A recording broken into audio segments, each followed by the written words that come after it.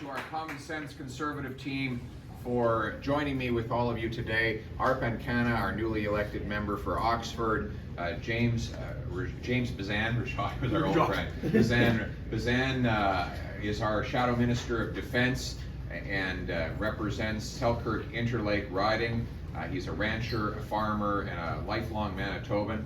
And of course, we have Colin Reynolds, a hardworking, common sense Manitoban who was born and raised in this community, who has a wonderful family and a great career as an IBEW electrician. And he, if ever you have a problem with whether it's a power outage or the line comes down, this is the guy you call. He will turn the lights back on. That's right here. You've got the power and the energy to represent this community, and we can't wait till you're a member of Parliament with us, Colin. Thank you very much for joining our Common Sense team. Right now, Canada's light down. You need to turn the Canadian lights on.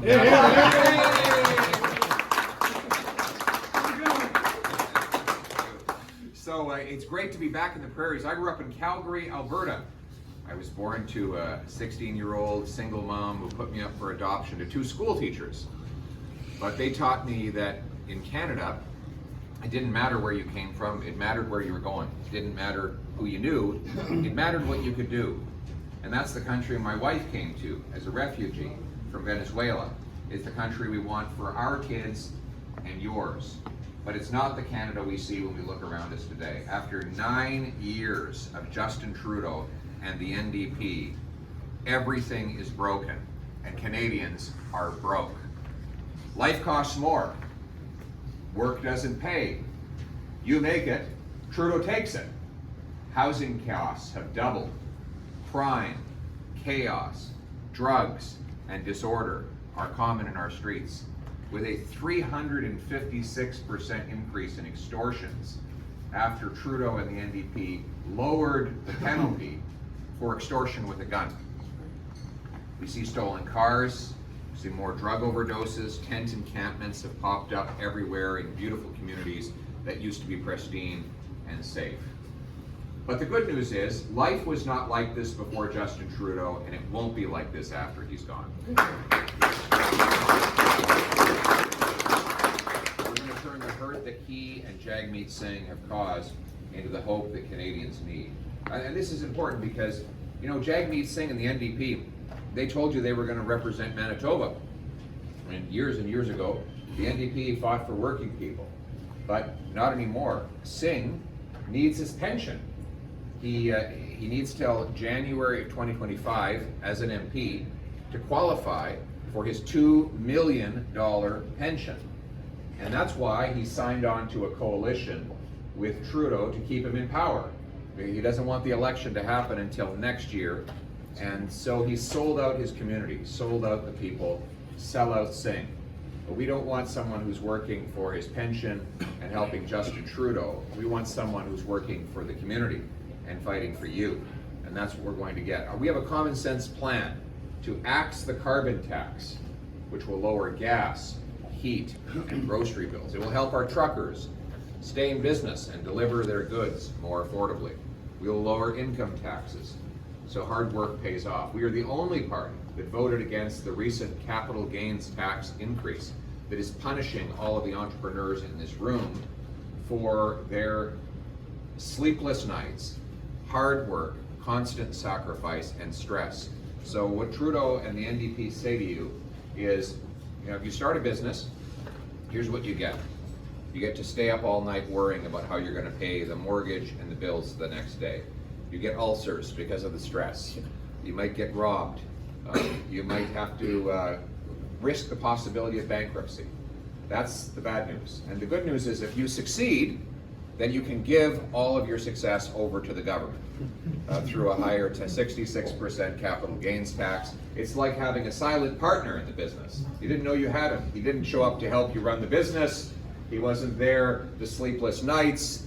He didn't do any of the work. He didn't sweep the floors with you when you were, but then when you go to sell the business, he shows up and say, did you know I've been in business with you this whole time? I'm here to get paid for all your hard work. That's what this new tax increase represents. We want to cut taxes, and I will be designing a bring it home tax cut. Lower, fairer, simpler taxes. Lower tax on investment, work, and making things in Canada.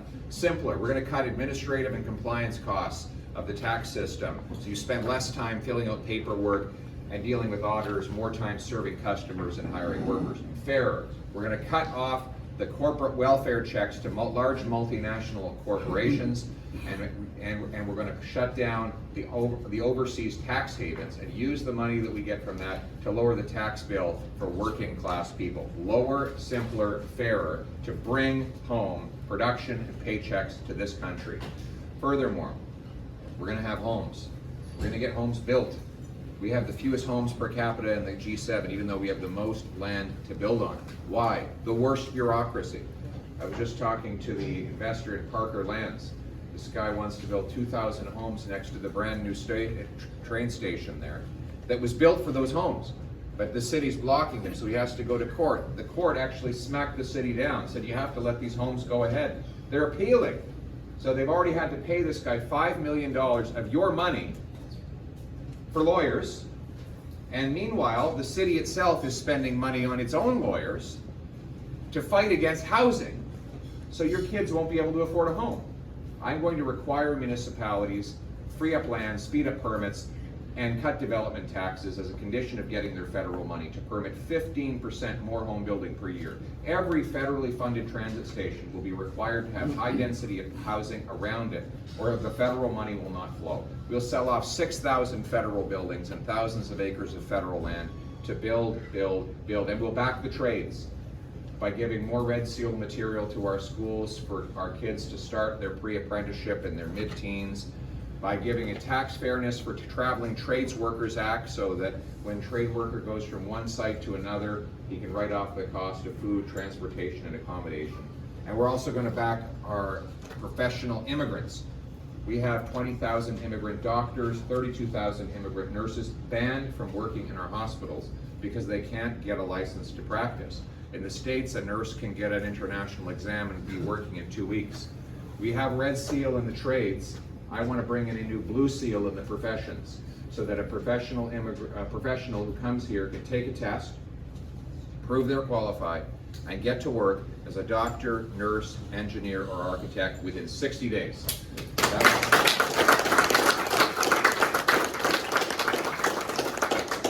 And we want these powerful paychecks that you're going to bring home to happen in safe neighborhoods.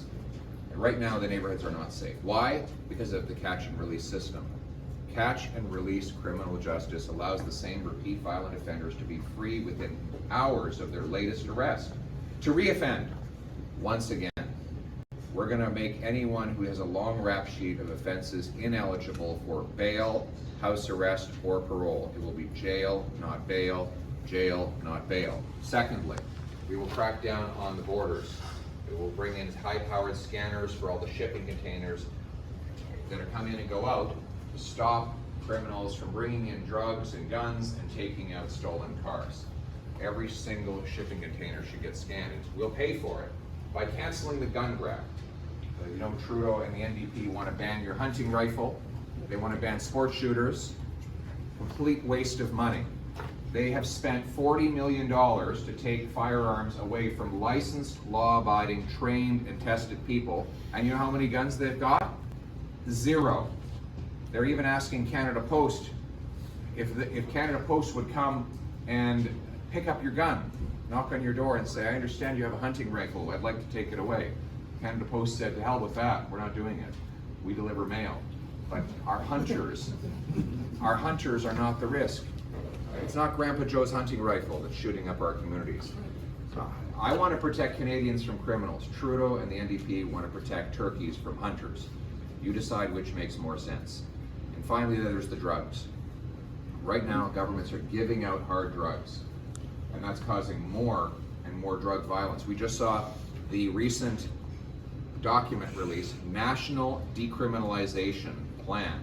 It's a document of Health Canada to decriminalize all drugs everywhere. It would be easier to get crack, heroin, and cocaine in your neighborhood than a candy bar at a corner store. Common sense conservatives are going to ban the drugs. Stop giving out tax-funded opioids. Treat addiction to bring our loved ones home drug-free. We're also going to stand up for your freedom by repealing censorship laws, by allowing independent media to have a competitive voice. We're going to fight for a direct flight to Amritsar. Direct flight to Amritsar, so that you don't have to go. We've already met with Air Canada, Air India, and the High Commissioner, and they're all open to it. Singapore, Malaysia, UAE, Uzbekistan, Italy, UK, they all have direct flights to Amritsar, but Trudeau did an open skies agreement that does not fly to Amritsar, even though we have the biggest expatriate Punjabi community in the world.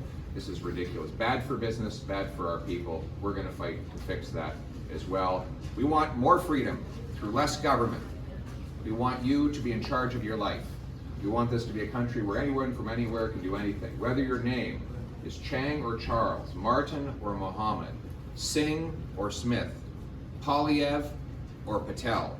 As long as you work hard, you should be able to achieve your dreams based on the common sense of the common people united for our common home.